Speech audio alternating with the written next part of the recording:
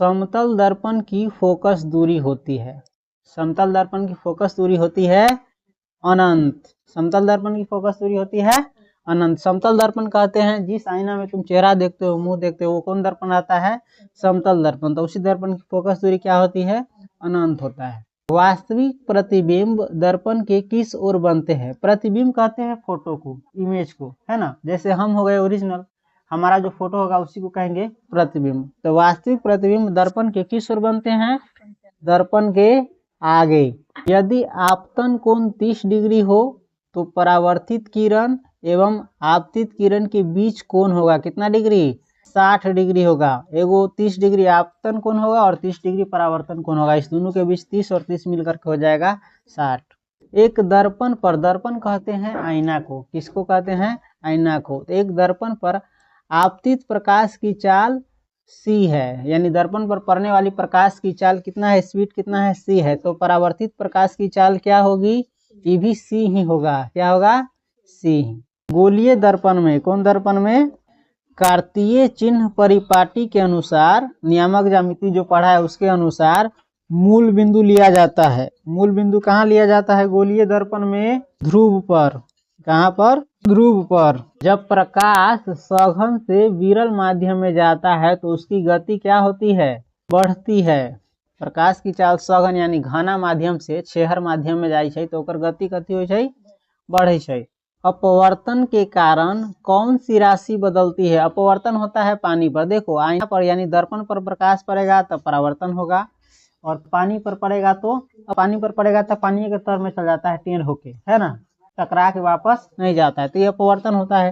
तो अपवर्तन के कारण कौन सी राशि बदलती है? आवृत्ति, तरंग दैर्ध्य, रंग, या ए एवं बी दोनों, यानी आवृत्ति और तरंग दैर्ध्य ये दोनों बदलता है। आवृत्ति भी बदलता है और तरंग दैर्ध्य भी। तो दोनों के लिए एक ऑप्शन है डी, इसमें ए और बी दोनों को कहा गया है। तो सही ऑप्शन क्या होगा? ए और बी दोनों।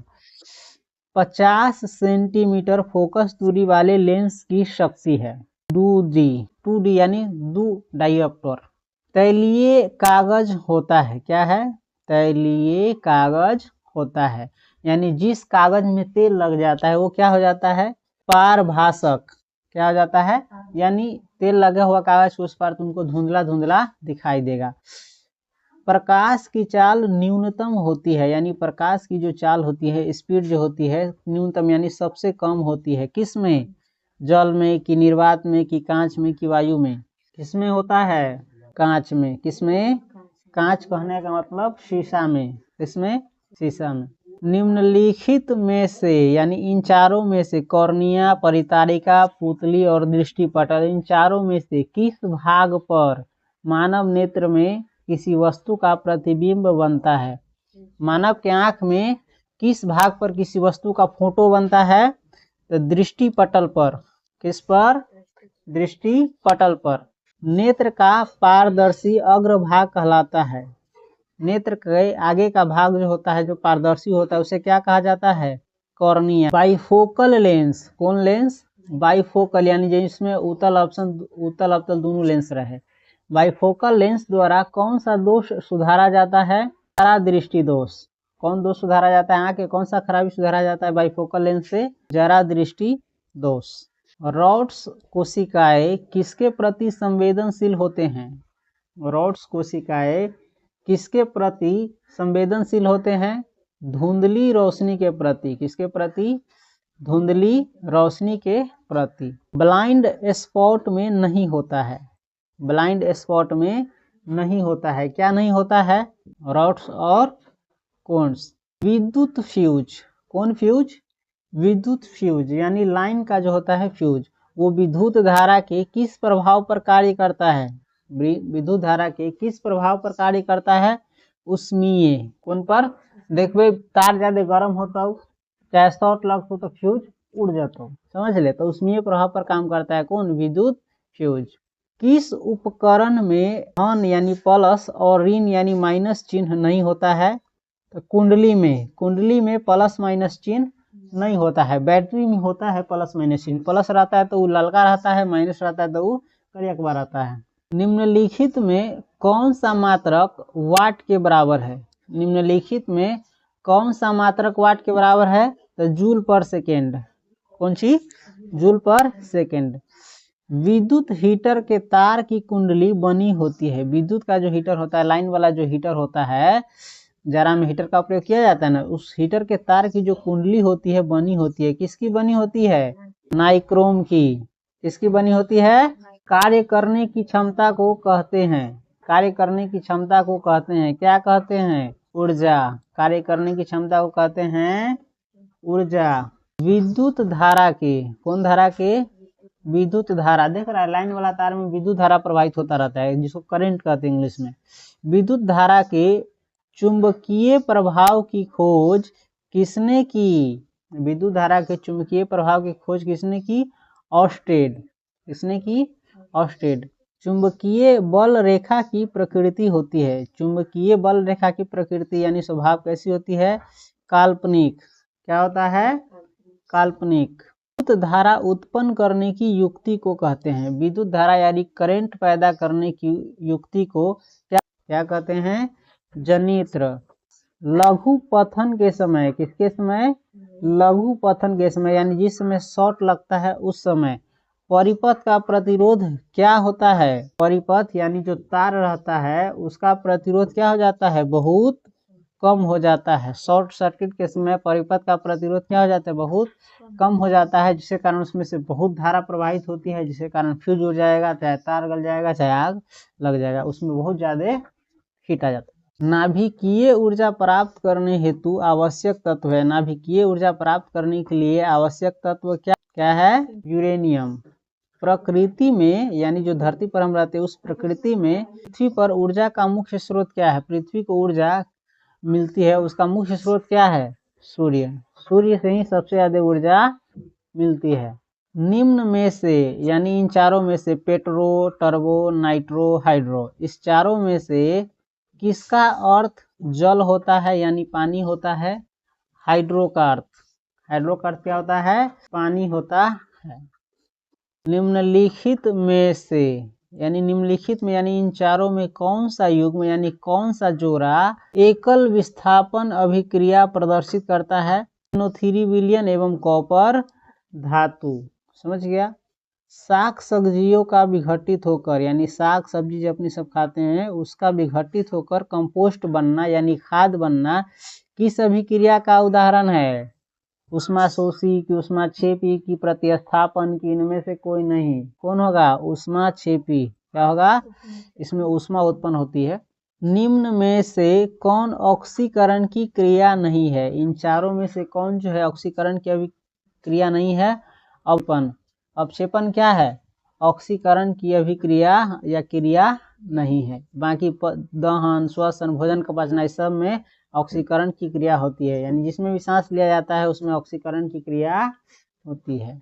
ग्लूकोज का रासायनिक सूत्र निम्नलिखित में कौन है, ग्लूकोज का रासायनिक सूत्र याद रखा है ना, C6H12 यानी कार्बन 6 हाइड्रोजन 12 6 या C6H12O6 है ग्लूकोज का रासायनिक सूत्र जो हम पीते हैं। निम्नलिखित में से यानी इन चारों में से इस सीरीजों में दिया गया उसमें से कौन समीकरण संतुलित नहीं है, तो ये जो डी ऑप्शन देख रहा है यही संतुलित नहीं है, PbNO3 वाला, बाकी सब संतुलित है। मिला करके देख सकता है, इसमें 4 हाइड्रोजन है तो में 4 हाइड्रोजन है, इस बगल इसमें 2 है तो इस बगल भी 2 है। समझ गया, ये बहुत आसान वाला था। कोई विलयन लाल लिटमस को नीला कर देता है, कोई विलयन जो है लाल लिटमस को नीला कर देता है, उसका pH संभवतः क्या होगा, pH होगा, लाल को नीला कर देता है तो 7 से ज्यादा होता है तो ये होगा, है ना, बाकी सब 7 से कम है चाहे 7 है। यशद पुष्प क्या है, जेडेनो, जिंक ऑक्साइड क्या है, यशद पुष्प है। निम्नलिखित में से यानी चारों में से जो ऑप्शन दिया गया उसमें से कौन गैस चूने के पानी को दूधिया कर देता है, कौन सा गैस जो है चूने के पानी को क्या कर देता है, दूधिया कर देता है यानी दूध के रंग का बना देता है, तो CO2। कौन सी, यानी कार्बन डाइऑक्साइड गैस। मधुमक्खी के डंक में यानी मधुमक्खी जो बिनिस ओकरा डंक में निम्नलिखित में कौन सा अम्ल होता है, इन चारों में से कौन सा अम्ल होता है, मेथेनोइक अम्ल। कौन अम्ल, बिहनी जे डंक मारे मधुमक्खी ओकरा में कौन अम्ल पायल जाय छै, मेथेनोइक अम्ल। प्लास्टर ऑफ पेरिस कहते हैं, जैसे हड्डी कोई टूट जाता है शरीर का, गोर या हाथ का, तो उसमें जो प्लास्टर किया जाता है इसी कराता है, किसका? प्लास्टर ऑफ पेरिस का। तो उसका रासायनिक सूत्र क्या है? प्लास्टर ऑफ पेरिस का रासायनिक सूत्र क्या है? CaSO4, यानी समझ गया? प्लास्टर ऑफ पेरिस का रासायनिक सूत्र क्या है? CaSO4 into half H। अम्ल और क्षार आपस में अभिक्रिया कर बनाते हैं, कौन सी बनाते हैं? लवण। अम्ल और क्षार मिलकर के आपस में क्या बनाते हैं? लवण। निम्नलिखित में किस तत्व में संयोजी इलेक्ट्रॉनों की संख्या सबसे अधिक है? इस चारों में से किस तत्व में संयोजी इलेक्ट्रॉनों की संख्या जो है सबसे अधिक है? P यानी फास्फोरस में। समझ गया? क्यूपराइट निम्नांकित में किस धातु का अयस्क है? यानी क्यूपराइट में से कौन धातु निकाला जाए है? तो कॉपर। क्या होगा? कॉपर का रासायनिक संकेत होता है Cu। तो क्यूपराइट निम्नलिखित में से किस धातु का अयस्क है? तो कॉपर का, यानी Cu का। ऑक्सीजन की संयोजकता होती है, ऑक्सीजन की संयोजकता होती है, कितनी होती है? 2। की संयोजकता कितनी होती है? 2। गंधक की परमाणु संख्या है, गंधक का परमाणु संख्या कितना है? गंधक को इंग्लिश में कहते हैं सल्फर। क्या कहते हैं? सल्फर। तो सल्फर का होता है परमाणु संख्या 16। अभिक्रियाशील समूह कार्बन के ऊपर देख रहा है डबल बॉन्ड बना हुआ है, इसको कहते हैं डबल बॉन्ड, यानी 2 बॉन्ड बना हुआ है, 2 बंधन। तो अभिक्रियाशील समूह CO डबल बॉन्ड को कहते हैं क्या कहते हैं? कार्बोनिल समूह। वेल्डिंग में किस गैस का उपयोग होता है? बिल्डिंग जो किया जाता है, जिसे लोहा वाला काम समय न जो गेट उट बनल हो, सब बिल्डिंग का न बनल है। तो बिल्डिंग के काम में किस गैस का प्रयोग होता है? एथाइन का। किसका? बिल्डिंग करे में कौन गैस के प्रयोग होता है? एथाइन का। कार्बन आवर्त सारणी के किस वर्ग का सदस्य है? तत्व के लिए वो आवर्त सारणी बना है, उस आवर्त सारणी में कार्बन जो है किस वर्ग का सदस्य है? 14। किसका? 14। एथाइन में कार्बन कार्बन परमाणुओं के बीच कितने सह संयोजक बंधन होते हैं? अभी पढ़े ना, जिस गैस से बिल्डिंग किया जाता है उसमें जो है कार्बन कार्बन परमाणुओं के बीच कितने सह संयोजक बंधन बने होते हैं? 3 गो ना। निम्नलिखित में से, यानी निम्नलिखित में कौन सबसे अधिक क्रियाशील हैलोजन है? कौन सबसे अधिक क्रियाशील हैलोजन है? F। क्या है? F। आवर्त सारणी में कितने आवर्त होते हैं? आवर्त सारणी में जिसमें तत्वों को सजाया गया है, तो उस आवर्त सारणी में कितने आवर्त होते हैं? 7। पड़ी रेखा को आवर्त कहा गया है। पोटेशियम की परमाणु संख्या 19 है, पोटेशियम की परमाणु संख्या 19 है, तो इसकी संयोजकता क्या है? 1। आधुनिक आवर्त सारणी में ऊर्ध्वाधर स्तंभों की संख्या होती है। अभी का जो आवर्त सारणी, इसमें ऊपर से नीचे जो स्तंभ होता है वो कितना रहता है? उसकी संख्या कितनी होती है? 18। कितना होता है? 18। निम्नांकित संकेतों द्वारा व्यक्त तत्वों में कौन सा धातु है? ये जो संकेत द्वारा व्यक्त किया गया है, इसमें कौन सा एक जो है धातु है? B। कौन है? B ऑप्शन है। समझ गया? निम्नांकित में वनों पर आधारित उद्योग कौन है? पेड़ पौधा जिस उद्योग का आधार है वो कौन है? कागज उद्योग, टिम्बर उद्योग, लाख उद्योग, इनमें से सभी ये सभी किस पर आधारित है? वन पर, पेड़ पौधा पर। समझ गया? सिंचाई के लिए, किसके लिए? सिंचाई के लिए पौधों को ठीक जड़ों के समीप जल पहुंचाने की तकनीक है, कौन सी तकनीक से पौधों के ठीक जड़ तक जल पहुंचाया जाता है? टपकन सिंचाई। कौन सिंचाई? टपकन सिंचाई। उत्तराखंड में, उत्तराखंड राज्य है, तो उत्तराखंड राज्य में चिपको आंदोलन, कौन आंदोलन? पेड़ से चिपकने वाला आंदोलन किस वर्ष आरंभ हुआ था? 1973 में। किस वर्ष आरंभ हुआ था? 1973 में। कवक में, किसमें? कवक में पोषण की कौन सी विधि पाई जाती है? कवक में जो है पोषण की कौन सी विधि पाई जाती है? मृतपोषी। कौन विधि? मृतपोषी। निम्न में से, यानी इन चारों में से कौन एक जैविक प्रक्रम द्वारा अपघटित होने वाला पदार्थ है? कौन सा पदार्थ जो है जैविक प्रक्रम द्वारा अपघटित होता है? मृत घास पत्ते। कौन? मृत घास पत्ती। मनुष्य में पाचन क्रिया आरंभ होता है, यानी मनुष्य में पाचन क्रिया शुरू होता है कहाँ से? मुख गुहा से। सजीवों में पाए जाने वाले जैव प्रक्रम है। सजीव में पाए जाने वाले जैव प्रक्रम क्या है? श्वसन, पोषण, प्रजनन, इनमें से सभी। तो इनमें से सभी। किण्वन क्रिया होती है। किसमें होता है किण्वन क्रिया? यीस्ट में। किसमें? यीस्ट में। वायवीय श्वसन क्रिया में। किस क्रिया में? वायवीय श्वसन क्रिया में निम्नांकित में से किस गैस का प्रयोग किया जाता है? गैस का। किस गैस का? यानी ऑक्सीजन का। कोशिकीय ईंधन किसे कहा जाता है? कोशिकीय ईंधन किसे कहा जाता है? ग्लूकोज को। कोशिकीय ईंधन किसे कहा जाता है? ग्लूकोज को। में वाष्प उत्सर्जन मुख्यतया किस अंग में होता है? पौधा जो है उसमें वाष्प उत्सर्जन होता है, ये मुख्य रूप से किस अंग में होता है? पत्ती में। देख रहा होगा बाजार से कोई सब्जी वब्जी कुछ खरीद के लाता है, पानी में बंद करके रख देता है सावे हुए, तो देखेगा पानी में ऊपर ऊपर पानी आ गया रहता है। कहाँ? बाहर से ओस पे आ गया रहता है? नहीं, वो पौधे का जो पत्ती तुमने लाया था, चाहे सब्जियों में कोई बंद करके रख दे तो में कथी हो? वाष्प उत्सर्जन, पानी वैसे निकले भाप बन के। समझ गया? मानव हृदय किस तंत्र का भाग है? मानव हृदय जो है किस तंत्र का भाग है? परिसंचरण तंत्र का। किस तंत्र का? परिसंचरण तंत्र का। निम्नलिखित में कौन रक्त का थक्का बनाने में सहायक होता है? इन चारों में से कौन जो है रक्त का थक्का बनाने में सहायक होता है? फाइब्रिनोजिन। कौन? नोजिन। पादप अपशिष्ट संचित रहते हैं। पादप अपशिष्ट संचित रहता है यानी जमा रहता है। किस में? छाल में, कि कोशिकीय रिक्तिकाओं में, कि पत्तियों में, कि इनमें से सभी? इनमें से सभी। देखो हम बताए थे जिस प्रकार से हम लोग 5 मिनट 10 मिनट करते हैं, पेड़ पौधा भी करता है, तो उसका जो अपशिष्ट है ना, बेकार पदार्थ है, वो कहाँ जमा रहता है? पेड़ की छाल में भी, चाहे कोशिका रिक्तिका में भी, और पत्ती सब में भी जमा रहे बेकार पदार्थ। ठीक है, हम लोग तो शरीर से बाहर निकाल देते हैं, उसका शरीर में किसी न किसी जगह चिपका रहता है, ऐसे तना में रहेगा। देख रहा है? अम्ल के विखंडन से क्या बनता है? NH3। वृक्क का प्रधान कार्य क्या है? वृक्क कहते हैं किडनी को, इंग्लिश में इसको कहते हैं किडनी का मुख्य कार्य क्या है? यानी वृक्क का मुख्य कार्य क्या? उत्सर्जन। क्या है?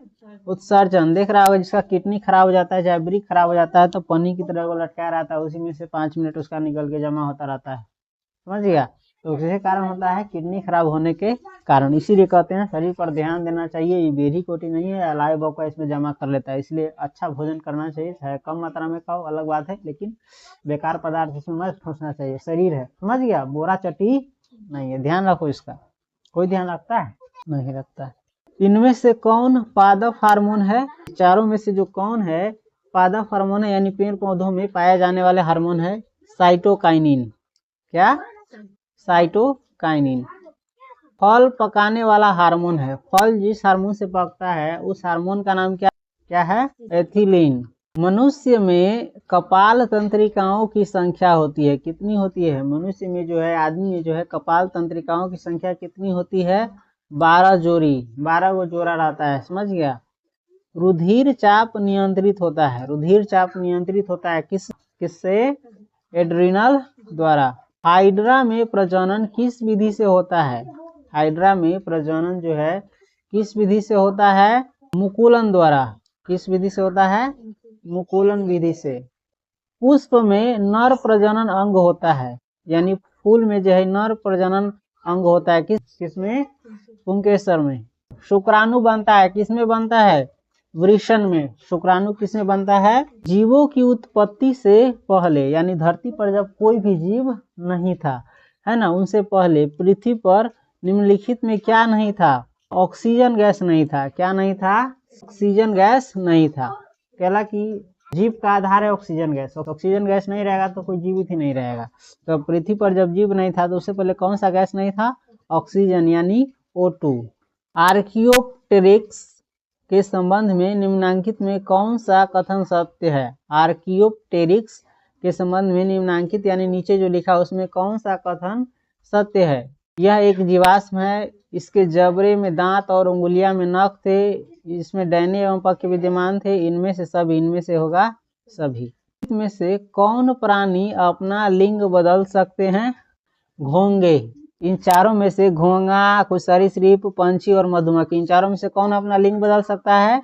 घोंगा। घोंगा क्या कर सकता है? इसका मन होगा तो स्त्री बन जाएगा, मन होगा तो पुरुष बन जाएगा, चाहे नर होगा। निम्नांकित में से या निम्नलिखित में से कौन पर्यावरण के अंतर्गत आते हैं? इन चारों में से कौन जो है पर्यावरण के अंतर्गत आता है? पर्यावरण के अंदर में आता है स्थल मंडल। कौन मंडल? स्थल मंडल। मैदानी पारिस्थितिक तंत्र में मेढक किस प्रकार का उपभोक्ता है? मैदानी पारिस्थितिक तंत्र में मेढक किस प्रकार का उपभोक्ता है? द्वितीयक उपभोक्ता है। कौन उपभोक्ता है? द्वितीयक उपभोक्ता है। निम्नांकित में से कौन एक जैव अनिम्नीकरणीय पदार्थ है? DDT। DDT